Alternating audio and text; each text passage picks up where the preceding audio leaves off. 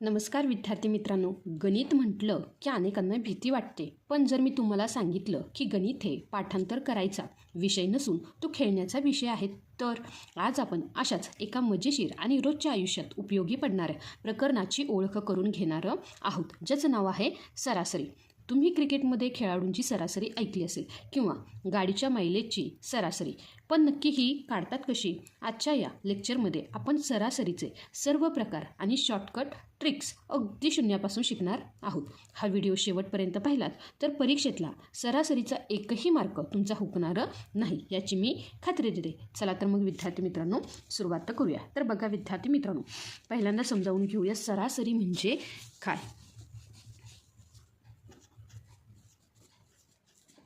काय सांगितलं बघा विद्यार्थी मित्रांनो, सरासरी म्हणजे काय. तर बघा, दिलेल्या काही सर्व संख्या आहेत, ह्या संख्यांच्या बेरजेला एकूण संख्यांनी भागले असता येणारी संख्या म्हणजेच काय होय, म्हणजे सरासरी होय. यालाच आपण मध्य असेही म्हणतो. काय सांगितलं बघा विद्यार्थी मित्रांनो, दिलेल्या सर्व संख्यांच्या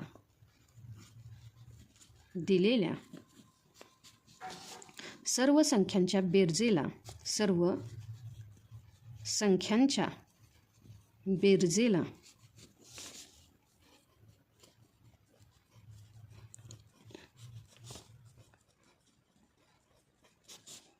एकूण संख्यांनी भागले असता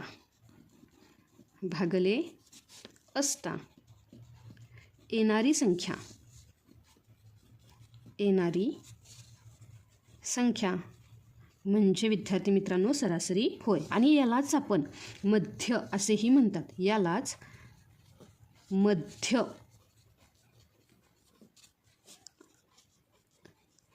असेही म्हणतात. लक्षात आलं का?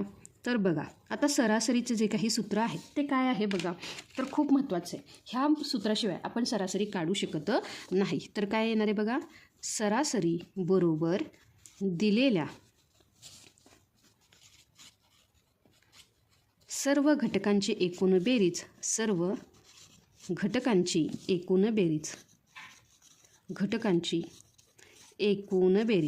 भागिले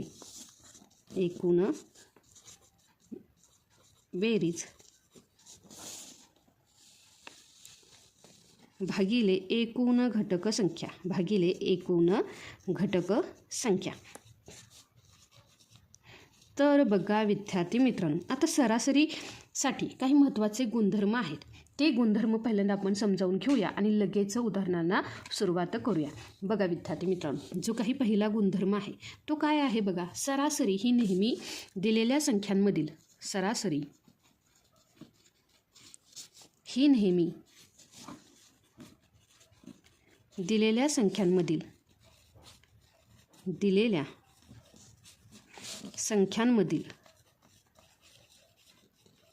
सर्वात लहान संख्येपेक्षा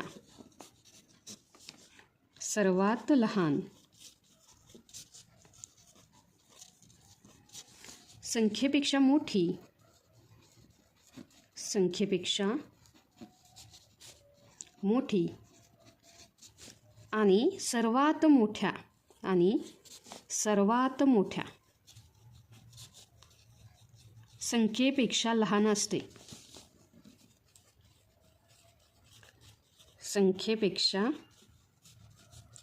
लहान असते.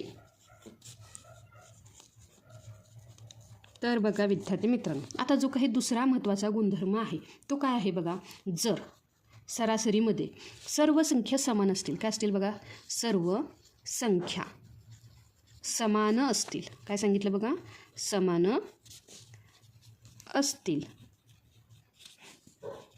तर त्यांची सरासरी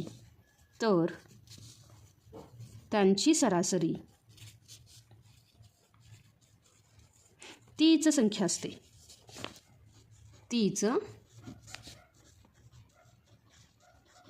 असते. बघा विद्यार्थी मित्रांनो, आणि जो काही शेवटचा गुणधर्म आहे तो काय आहे बघा, प्रत्येक संख्येत, काय सांगितलं बघा, प्रत्येक संख्येत एखादी ठराविक संख्या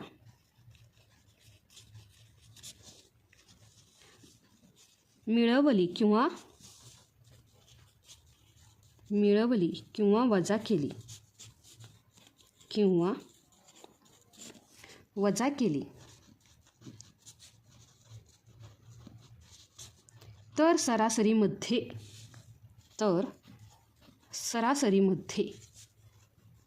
सुद्धा तितकाच बदल होतो.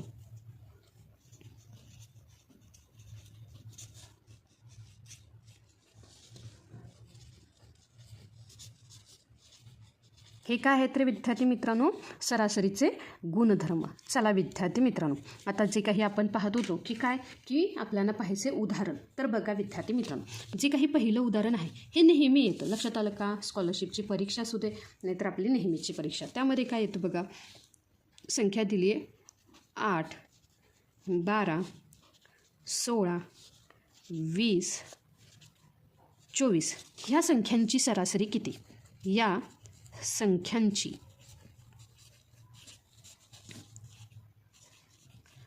सरासरी किती?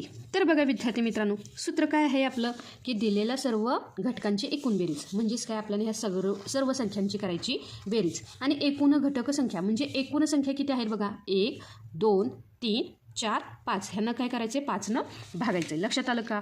चला उदाहरण सोडूया. बघा विद्यार्थी मित्रांनो, काय आहे बघा सरासरीचं सूत्र. लगेच लिहून घेऊया. काय आहे सरासरीचं सूत्र? दिलेल्या सर्व घटकांची एकूण बेरीज. म्हणजेच काय येणार आहे बघा. 8 + 12 + 16 + 20 + 24. लक्षात आलं का विद्यार्थी मित्रांनो? भागिले किती आहेत संख्या? 1, 2, 3, 4, 5. पहिल्यांदा आपण काय करूया? ह्या सर्व संख्यांची करूया बेरीज. तर बघा विद्यार्थी मित्रांनो, 12 + 8 काय झालं रे? 20. लक्षात आलं का? इथे आहेत 16, इथे आहेत 24. हे 4 इकडे पाठवलं तर हे सुद्धा काय झाले रे? 20. म्हणजे हे 20, हे 40, हे 60 आणि हे 80. लक्षात आलं का? ह्या दोघांची बेरीज 20. हा 4 इकडे पाठवला तर हा 20, हा 20 आणि इथे असलेला 20.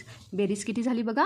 80. 80 भागिले 5. जेव्हा मी 5 काय केलं रे? 80ला भाग दिला. म्हणजेच काय? 5 एके 5, 5 एके 5. बघा 8तून 5 गेले, उरले 3. इथं काय आला? 3. 5 × 30. म्हणजे सरासरी किती आली बघा? 16. लक्षात आलं का? म्हणजे 8, 12, 16, 20, 24 या संख्यांची सरासरी आली 16. लक्षात आलं का? हे अगदी सोपं उदाहरण होतं. आता बघा पुन्हा आपल्याला परीक्षेमध्ये प्रश्न दुसरा काय विचारला जातो की 1 ते 50 पर्यंतच्या क्रमवार संख्यांची सरासरी किती?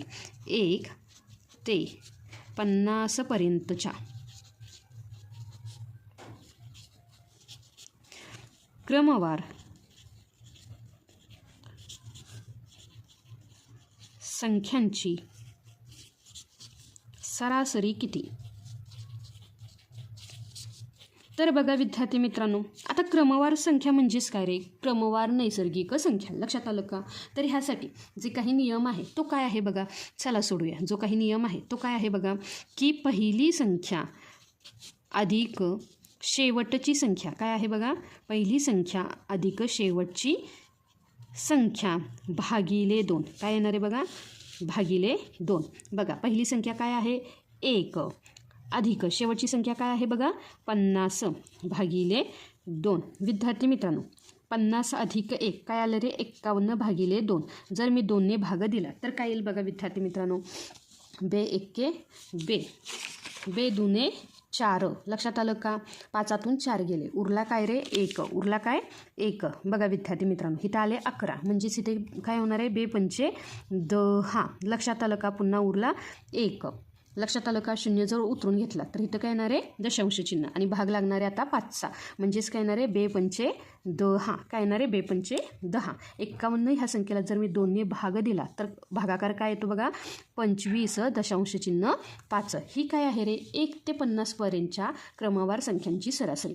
जेव्हाही तुम्हाला क्रमवार संख्यांची सरासरी विचारली जाते तेव्हा तुम्हाला काय करायचं आहे? पहिली अधिक शेवटची संख्या भागिले 2. लक्षात आलं का? त्यासोबतच आता आपल्याला काय विचारले बघा? प्रश्न तिसरा. हे प्रश्न नेहमी परीक्षेत विचारले जातात. काय आहेत बघा की जो काही तिसरा प्रश्न आहे, पहिल्या 20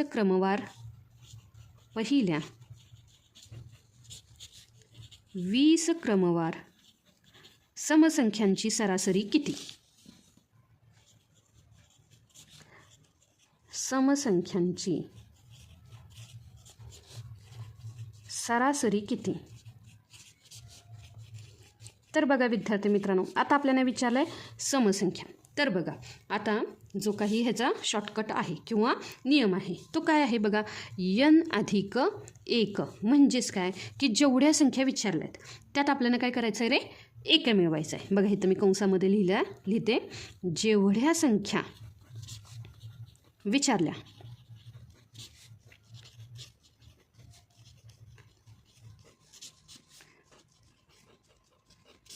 त्यात एक मिळवायचा. काय करायचं, त्यात एक मिळवायचा म्हणजेच काय विद्यार्थी मित्रांनो, आता बघा ह्या उदाहरणामध्ये आपल्याला काय विचारलं आहे, 20 क्रमवार म्हणजेच काय करायचं आहे, ह्यामध्ये आपल्याला करायचं आहे 20+1 म्हणजेच काय झालं रे, 21. ज्या काही 20 क्रमवार समसंख्यांची सरासरी किती येते रे, 21. लक्षात आलं का विद्यार्थी मित्रांनो? जर तुम्हाला असं पटत नसेल तर जे काही आपलं सरासरीचं सूत्र आहे ह्यामध्ये सर्व समसंख्या घ्यायच्या आणि त्यांची सरासरी काढायची. लक्षात आलं का? पण हा शॉर्टकट आहे. जेवढ्या संख्या विचारल्यात त्यामध्ये आपल्याला काय करायचं रे, एक मिळवायचं आहे. आपल्याला 20 संख्या विचारल्या होत्या, 20 क्रमवार, त्यामुळे जे काही सरासरी आली ती किती आली रे, 21. लक्षात आलं का? त्यासोबतच आता प्रश्न 4 काय विचारला आहे बघा की 1 ते 99 पर्यंतच्या 1 ते 99 पर्यंतच्या सर्व विषम संख्यांची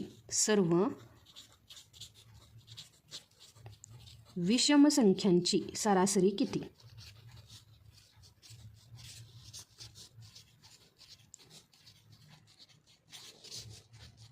तर बघा विद्यार्थी मित्रांनो, आता कसं काढायचं विषम संख्यांची सरासरी?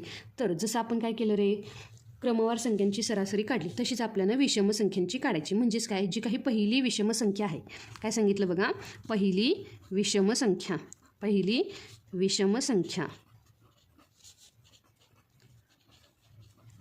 अधिक शेवटची विषम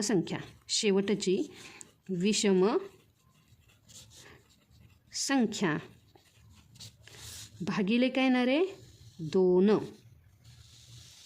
तर बघा विद्यार्थी मित्रांनो, पहिली विषम संख्या काय आहे रे, 1. काय आहे, 1 अधिक शेवटची विषम संख्या काय आहे, 99. काय आहे, 99 भागिले 2. 99 अधिक 1 100 भागिले 2. जर मी 2ने भाग दिला तर काय येणार आहे बघा, बेके बे, बे पंचे 10 आणि इथे भाग लागला शून्याचा. म्हणजे जे काही उत्तर आले ते किती आलं रे, 50. लक्षात आलं का? जेव्हाही तुम्हाला क्रमवार संख्यांची सरासरी विचारू दे किंवा विषम संख्यांची सरासरी, तुम्हाला काय करायचं आहे, पहिली आणि शेवटच्या संख्या घ्यायच्यात. लक्षात आलं का? त्यासोबतच आता जे काही पुढील उदाहरणाचा जो काही प्रकार हाही नेहमी परीक्षेमध्ये येतो. काय येतो बघा, तर बघा विद्यार्थी मित्रांनो, आपल्याला विचारलं जातं 10 विद्यार्थ्यांच्या, काय सांगितलं आहे बघा, 10 विद्यार्थ्यांच्या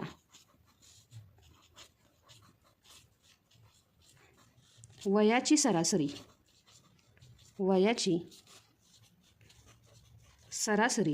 15 वर्षे आहे. काय आहे बघा, 15 वर्षे आहे. शिक्षकाचे वय मिळवल्यास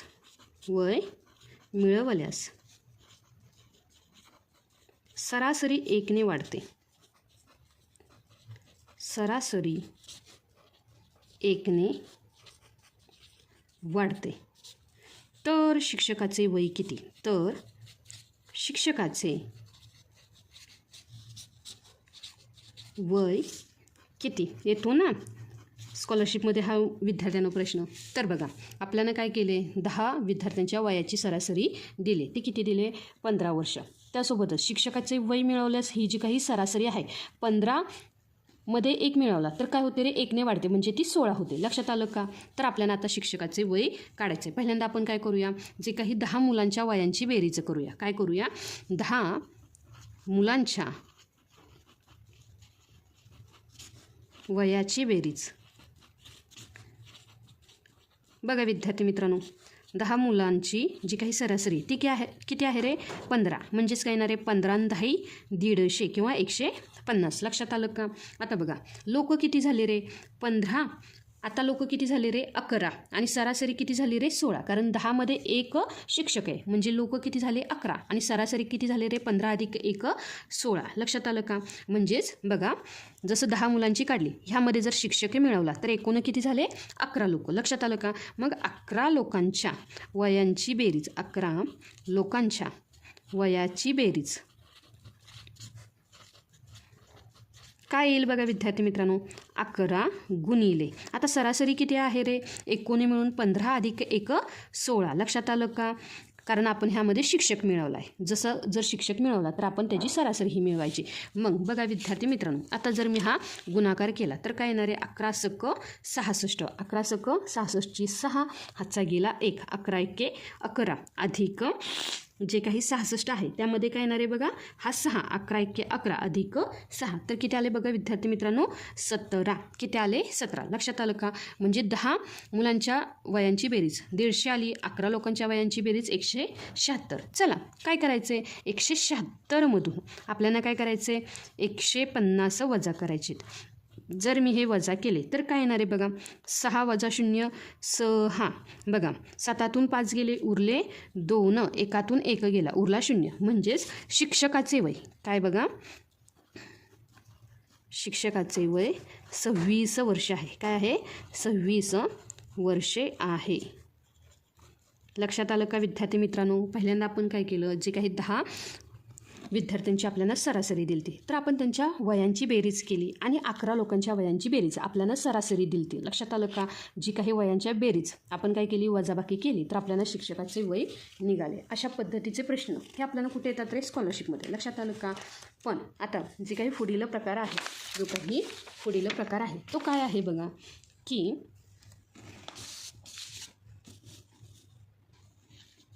बघा विद्यार्थी मित्रांनो, प्रश्न काय आहे विचारला आहे बघा, 5 संख्यांची सरासरी. काय विचारलं बघा, 5 संख्यांची सरासरी.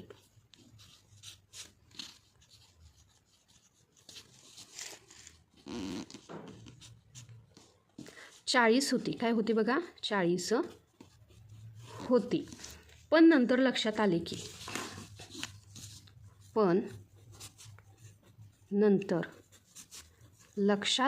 की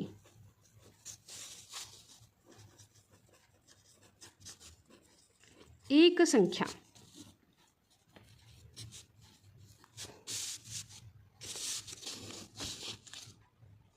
एक संख्या 60 ऐवजी 20 घेतली. काय घेतली, 60 ऐवजी आपण काय घेतली रे, 20 घेतली. तर योग्य सरासरी किती, तर योग्य सरासरी किती.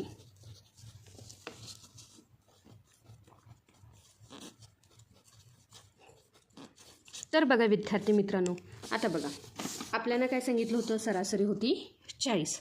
पण नंतरनं लक्षात काय आलं, एक संख्या 60 ऐवजी काय घेतली रे, 20. म्हणजेच काय येणार आहे बघा विद्यार्थी मित्रांनो, आता जी काही उत्तर काढण्यासाठी आपण काय करूया, जो काही फरक आहे तो काढून घेऊया. म्हणजेच काय येणार आहे बघा, 60 वजा 20. कारण आपण काय घेतले, 60 ऐवजी 20 घेतले तर काय येणार आहे बघा, 40. आता बघा इथे काय आले रे, फरक आला 40चा. तर 40 ही काय करायची, आपल्याला 5 संख्यांमध्ये विभागायची. म्हणजेच काय आपल्याला करायचा भागा, म्हणजे मी ह्या 40ला 5ने भाग दिला तर काय येणार आहे, 5 एके 5 आणि 5 8 40. म्हणजे इथं उत्तर काय आलं बघा, 8. लक्षात आलं का? ह्यावरून आपण काय करायचे, ही जी काही सरासरी पहिला किती होती रे विद्यार्थी मित्रांनो, होती 40. त्यामध्ये मिळवायचे 8. जर मिळवले तर किती येतात बघा, 48. लक्षात आलं का? म्हणजे जी काही सरासरी आहे ती आहे 48. आपण पहिल्यांदा हा फरक काढून घेतला का, कारण त्यांनी काय सांगितलं, 60 ऐवजी आपण 20 संख्या घेतली. तर आपल्याला काय होतो रे, की जी काही 40 ही संख्या मिळते तिचा आपण काय केलं रे, 5ने भाग दिला. कारण 5 संख्यांची सरासरी होती. लक्षात आलं का? भाग दिला तर तो आला 8. आणि ह्या 40मध्ये काय मिळवले, हे 8 मिळवले तर आपल्याला काय मिळते रे, नवीन सरासरी. लक्षात आलं का? त्यासोबतच आता अगदी सोपं प्रकार आहे. काय आहे बघा, की आपल्याला विचारले गेले 7च्या पटीतील. काय आहे बघा, 7च्या पटीतील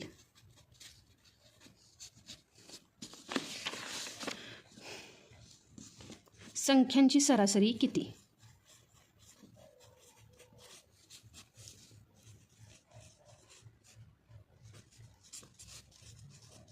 संख्यांची सरासरी किती. तर बघा विद्यार्थी मित्रांनो, आता हे जे काही 7च्या पटीतील, पण आपण काय करूया, पहिल्या 5 संख्या घेऊया. काय घेऊया, पहिला 5 संख्या घेऊया. म्हणजेच काय येणार आहे, 7चा पाडा म्हणायचं. काय म्हणायचं बघा, 7चा पाडा. 7 एके 7, 7 दोन्ही 14, 7 त्रिक 21, 7 चौक 28, 7 पाचा 35. तर बघा विद्यार्थी मित्रांनो, आता सरासरी काय येणार आहे, 21. मी काय सांगितलं, सरासरी 21. कारण आपण काय घेतले, जी काही संख्या घेतली ह्या सर्व संख्यांच्या बेरजेला आपण काय म्हणतो, सरासरी. काय आहे, ह्या संख्येची सरासरी. लक्षात आलं का? त्यासोबतच आता जे काही पुढील उदाहरण आहे ते काय आहे बघा. एक गाडी जाताना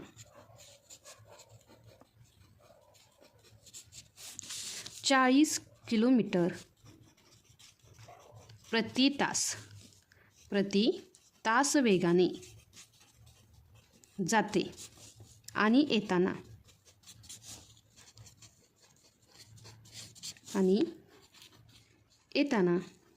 60 किलोमीटर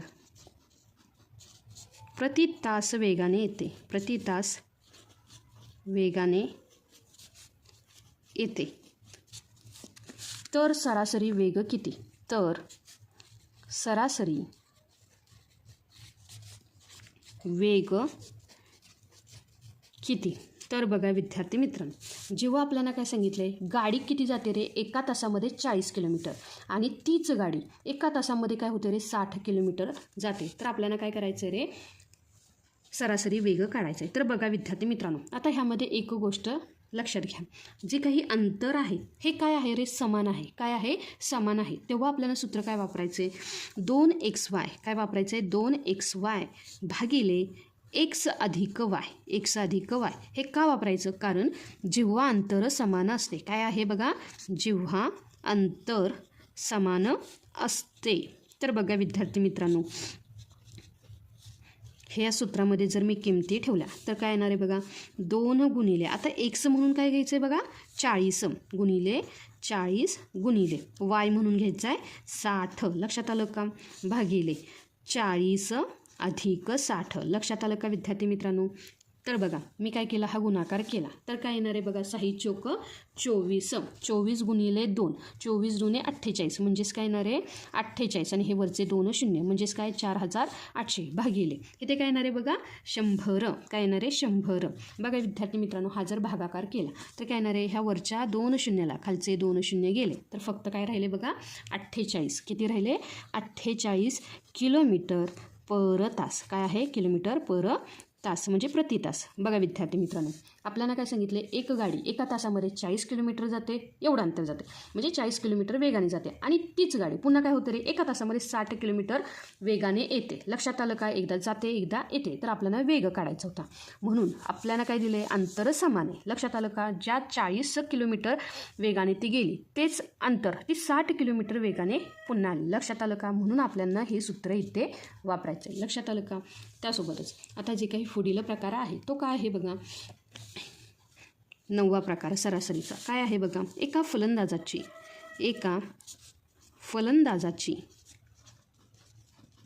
10 डावातील सरासरी. काय आहे बघा, 10 डावातील सरासरी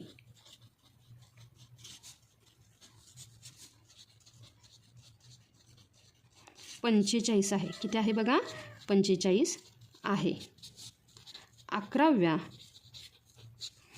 डावात त्याने किती धावा काढाव्यात, त्याने किती धावा काढाव्यात, म्हणजे सरासरी 50 होईल. सरासरी 50 होईल.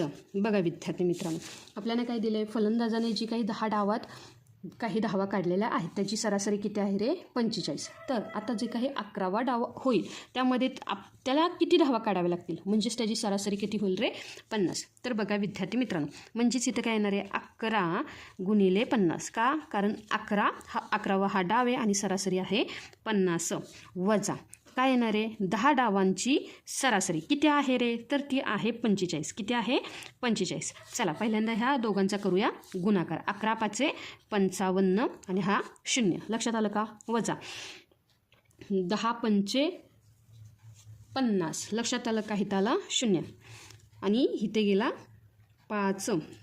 10 चोक 40. 40 अधिक 5 45. बघा विद्यार्थी मित्रांनो, जर मी ही वजाबाकी केली, 0तून 0 गेला, 5तून 5 गेले आणि 5तून 4 गेले, उरला 1. म्हणजेच त्या फलंदाजाने किती दहाव्या करायला पाहिजेत रे, तर त्यानं 10वा करायला पाहिजेत 100. तेव्हा त्याची सरासरी किती होईल रे 50. लक्षात आलं का. काय केलं मी, जे काही 11व्या डावामध्ये सरासरी पाहिजेत 50 आणि 10 डावांमध्ये त्याने केलेली आहे 45. लक्षात आलं का. हा जर गुणाकार केला तर हे उत्तर येतं आणि जे काही 11व्या डाव्यातून आपल्याला पहिले 10 डाव हे वजा करावे लागतील, तेव्हा आपल्याला काय मिळेल रे 11व्या डाव्यातील धावांची संख्या. लक्षात आलं का. त्यासोबतच आता जे काही पुढील आहे की विद्यार्थी मित्रांनो, आता प्रश्न विचारला आहे बघा की 1/2, 1/3, 1/4 या अपूर्णांकांची सरासरी काढायची. काय सांगितलं बघा, या अपूर्णांकांची सरासरी काढा.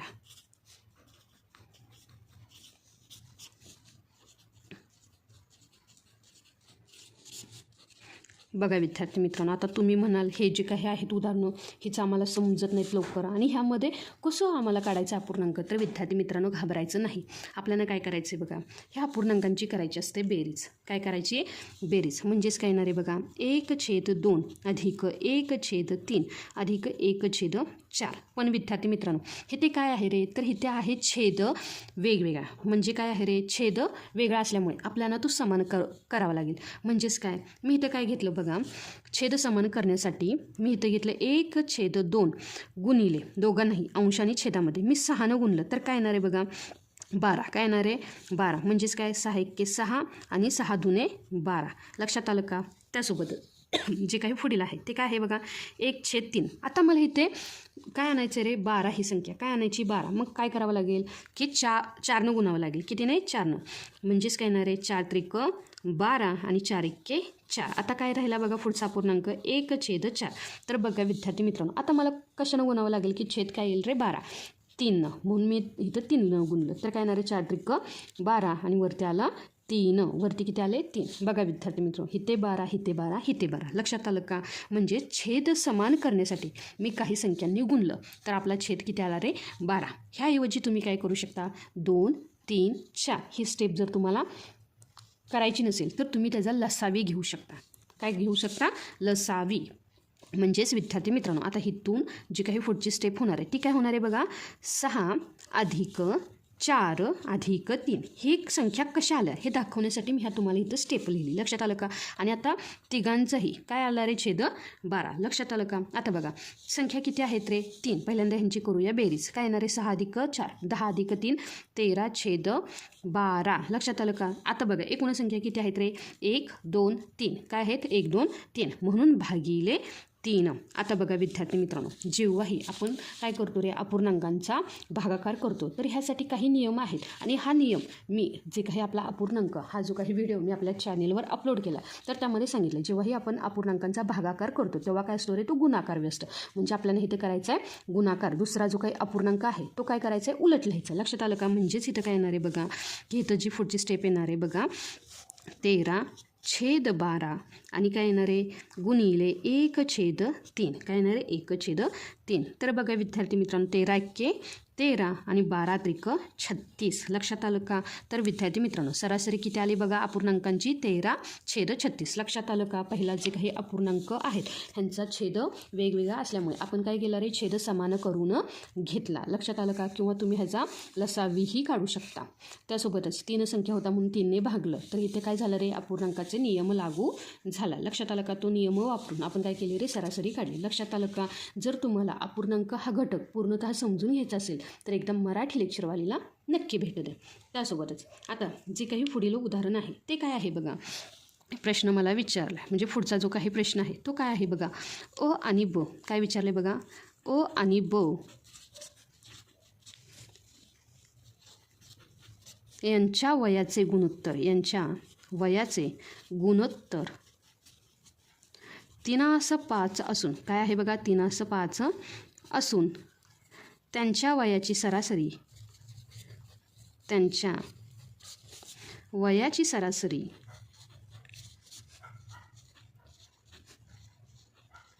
24 वर्षे आहे. किती बघा, 24 वर्षे आहे.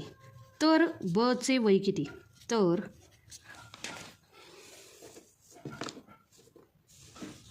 ब चे वय किती. तर बघा विद्यार्थी मित्रांनो, आपल्याला दिले दोघांच्या वयाचे गुणोत्तर आणि सरासरी किती दिले बघा, 24. आता बघा लोक किती आहेत रे, 2. कोण आहेत, अ आणि ब. म्हणूनच जी काही उदाहरण सोडवताना सरासरी 24 आहेत, लोक 2 आहेत, म्हणून काय येणार आहे 24 गुणिले 2. 2 कसे आले लक्षात आलं का, अ आणि ब साठी. म्हणजेच किती आले रे, 24 गुणिले 2, 4 दुने 8, लक्षात आलं का, बे दुने 4 म्हणजे 48 वर्षे. काय येणार आहे 48 वर्षे, लक्षात आलं का. आता बघा आपल्याला गुणोत्तरे दिले, किती दिले रे, 3/5. म्हणून काय येणार आहे बघा, 3x काय आहे बघा, एचं जे काही वयाचे गुणोत्तर 3x असेल अधिक जे काही बचे गुणोत्तर काय आहे रे, 5x बरोबर 48 वर्ष. काय येणार आहे बघा, 48 वर्ष, लक्षात आलं का. 3x अधिक 5x यांची जर बेरीज केली तर ती काय येते रे, 8x. काय येते, 8x बरोबर 48. आता बघा ह्या एक्सची किंमत काढण्यासाठी हा जो काही गुणाकारामधला 8 आहे इकडे जर पाठवला तर तो काय होणार आहे, भागाकार. लक्षात आलं का, 48 भागिले 8. जर मी ह्याला काय केलं रे, भाग लावला तर काय येणार आहे, 8 8 सख 48. म्हणजेच इथे काय आलं रे, 6. काय आलं उत्तर, 6. म्हणजे एक्सची किंमत काय आली विद्यार्थी मित्रांनो, एक्सची किंमत आली 6. तर बघा विद्यार्थी मित्रांनो, एक्सची किंमत 6 आहे आणि आपल्याला काय करायचं आहे, बचं वय काढायचं आहे. काय करायचं आहे, बचं वय काढायचं आहे. म्हणजेच काय येणार आहे, जो काही दुसरा बचे वय काय येणार आहे, बचे वय आणि त्याचे गुणोत्तर काय आहे रे, 5x. म्हणजेच काय येणार आहे, 5 गुणिले एक्सची किंमत आहे 6 म्हणजेच 5 गुणिले 6 बरोबर काय येणार आहे, 6 पंचे 30. म्हणजेच काय येणार आहे, बचे जे काही वय आहे ते किती येणार आहे, 30 वर्ष. लक्षात आलं का विद्यार्थी मित्रांनो. अ आणि ब चे आपल्याला दिलं होतं गुणोत्तर आणि त्यांच्या वयाची सरासरी. जी काही सरासरी आहे ते आपण काय केली रे, जी सरासरी आणि ए आणि ब ह्यांची काय केली रे, गुणिले 2 केलं तर एकूण आपल्याला किती वर्षाचे आहेत ते कळालं. लक्षात आलं का. हे काय झालं रे, सरासरी आपण काढली. त्यासोबतच आता जे काही पुढील उदाहरण आहे ते काय आहे बघा, जो काही पुढील प्रकार आहे तो काय आहे बघा, 12वा. एका आठवड्याचे काय आहे बघा, एका आठवड्याचे सरासरी तापमान सरासरी तापमान 30 डिग्री सेल्सिअस 30 अंश सेल्सिअस किंवा 30 डिग्री सेल्सिअस आहे. पहिल्या 6 दिवसांचे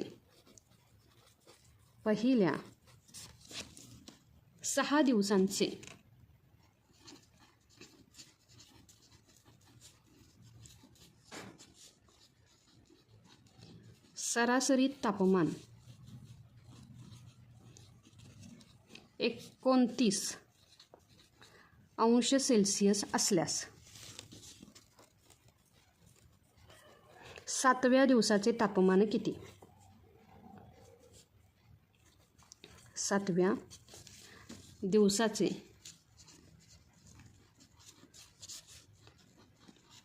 तापमान किती.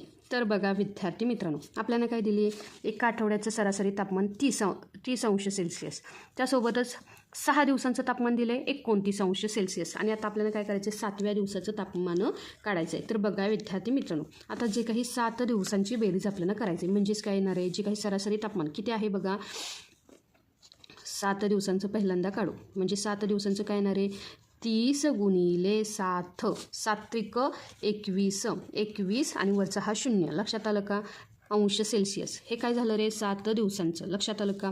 आता आपल्याला करायचं आहे 6 दिवसांचं. आता 6 दिवसांची सरासरी किती आहे रे, 29 गुणिले 6 29 गुणिले 6 काय येतात रे, 174. काय येतात, 174 अंश सेल्सिअस. लक्षात आलं का. बघा विद्यार्थी मित्रांनो, हे 7 दिवस आहे, हे 6 दिवस आहे. आपल्याला 7व्या दिवसाचं तापमान काढायचं आहे. म्हणजेच काय, 210 मधून आपल्याला करायचे आहेत 174 वजा. लक्षात आलं का? बघा, जर मी वजाबाकी केली तर शून्यातून 4 गेले, उरले 6. लक्षात आलं का? इथे दिला हातचा 1. लक्षात आलं का? 11तून 8 गेले. तर विद्यार्थी मित्रांनो किती राहिले रे? तर राहिले 3. किती राहिले? 3. आणि इथे 1तून 1 गेला, उरला 0. म्हणजे जे काही 7व्या दिवसाचं तापमान आहे ते किती आहे रे? 36°C. काय सांगितलं बघा? जे काही 7व्या दिवसाचे तापमान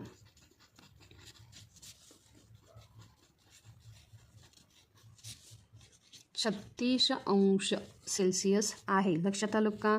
पहिल्यांदा आपण 7 दिवसाचं काढलं एकूण तापमान, त्यानंतर 6 दिवसाचं काढलं, त्यानंतर आपण 7व्या दिवसाचं तापमान काढलं. त्यासोबतच आता जे काही पुढील उदाहरण आहे ते काय आहे बघा? प्रकार 5 संख्यांची सरासरी. काय विचारली बघा? 5 संख्यांची सरासरी 18 आहे. किती आहे बघा? 18 आहे. त्यातील एक संख्या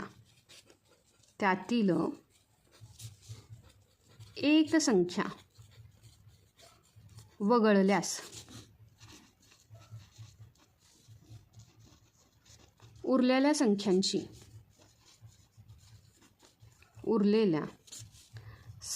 सरासरी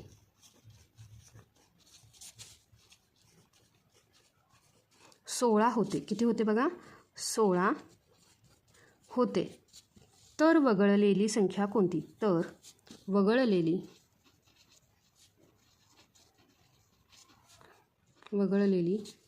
संख्या कोणती?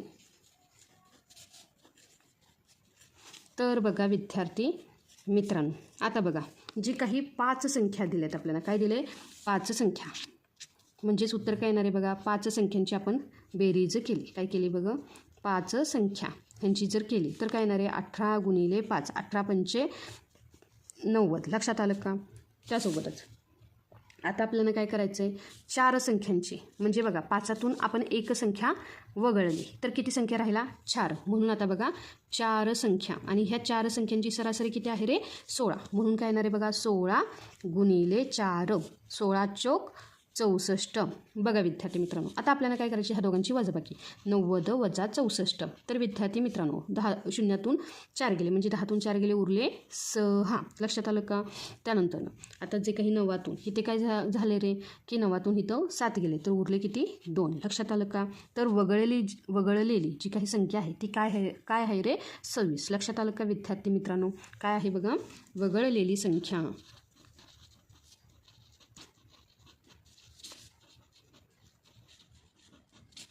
26 आहे. काय आहे बघा? 26 आहे. लक्षात आलं का? तर विद्यार्थी मित्रांनो आज आपण हे जे काही सरासरी प्रकरण आहे, काय आहे बघा? हे जे काही सरासरी प्रकरण, ह्या सरासरी प्रकरणाचा पूर्णपणे पोस्टमार्टम केला आहे. साध्या बेरजेपासून जे काही वेगवान सूत्रापर्यंत आपण सर्व काही पाहिलं. मला खात्री आहे की आता तुम्हाला सरासरीची भीती वाटणार नाही. गणिताचा सराव करत राहा, कारण गणित ही पाठांतराची नाही तर सरावाची कला आहे. जर तुम्हाला हा व्हिडिओ आवडला असेल आणि अशाच प्रकारचे सोपे व्हिडिओ हवे असतील तर आपल्या मराठी लेक्चरवाली चॅनलला नक्की सबस्क्राईब करा. हा व्हिडिओ तुमच्या मित्रांसोबत शेअर करायला विसरू नका. भेटूया पुढच्या लेक्चरमध्ये. तोपर्यंत शिकत राहा आणि प्रगती करत राहा. धन्यवाद.